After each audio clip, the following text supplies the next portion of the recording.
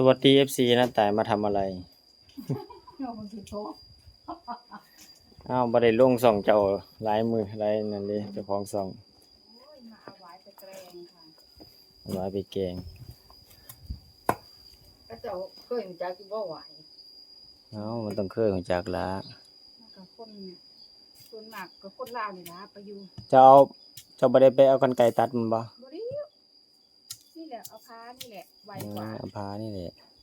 ต้มไปเลย อันกรรไกร กรรไกรก็คือเอาไปเสาะขายเนาะได้ยาวได้งามอันนี้ก็ง่ายยุคป่าแต่ว่าไม่รกไงแต่ว่าปัญหาคือคันเอาผ้าเนี่ยนอน้อยนอยังมันสิไปจัดถือมันนะกรรไกรผัดสบายอยู่โอ้ยลิงลมไปถามแล้วผลหางแกงดีๆพุ่นมันถือกันจะได้กับหน้าตายบ่อีลิงลมติมาใช้ลิงนำกันแน่นี่พุ่นแกงค่ะ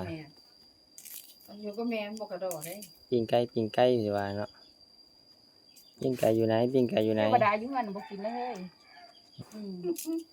เฮ้ยแล้วบ่มันกินข้าวได้ดอกมันประสดซื่อคือเฮานี่แหละเนาะคืออยากคือบ่อยากไก่สับไม่กินเลยจ้าวันนี้มันเฮ็ดประสดซื่อดอกมันอยากกินข้าวได้ดอกเฮ็ดประสดเจ้าของมันซื่อมันอยากเฮ็ดให้คล้ายหน้าคล้ายตาอันเอาข้าวอันใส่อันไก่สับให้กินไม่กินมาเงินยายมากินข้าวได้ดอกให้คล้ายหน้าคล้ายตาขนาดประสดเจ้าของคันว่าเฮาบ่ให้ประสดเจ้าของมากูหิวเลยนี่หรือว่าประสดว่าอยู่เฮือนบ่มีแนวกินข้าวได้ดอกโซ่เขาบ่เกลือข่อยอันปรุงให้แล้วก็คนใส่ข้าวให้แล้วก็ลงมาหั่นเด้มื้อนั้นน่ะมันเฮ็ดคล้ายหน้าคล้ายตาแฮงอย่างนี้อยากเข้าไปอยู่ในห้องแอร์นี่หายใจแง่ไปยืนท่าหน้าประตูโลดเด้ท่าให้เฮาเปิดรู้หรือยังว่าฉันร้อนบ่รู้หรือยังว่าฉันร้อนมันสิหูจักบ่น้อค่าไฟขึ้นโอ้มื้อเช้าข้อยก็ตัวเบาเลยเด้ของบ่แต่กับพันกว่าบ่เท่าใดเหนื่อย